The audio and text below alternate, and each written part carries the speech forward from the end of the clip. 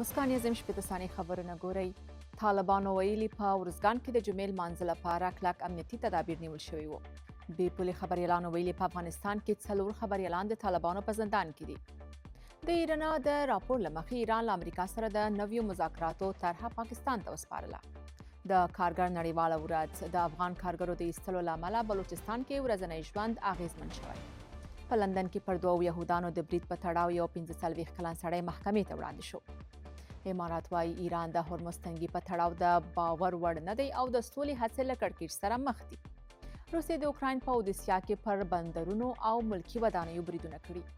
رویټرز وايي د هرمز تنګي د کړکېچ له امله د بریتانیا په صنعتي سکتور کې د لګښتونو بحران ژور شوی.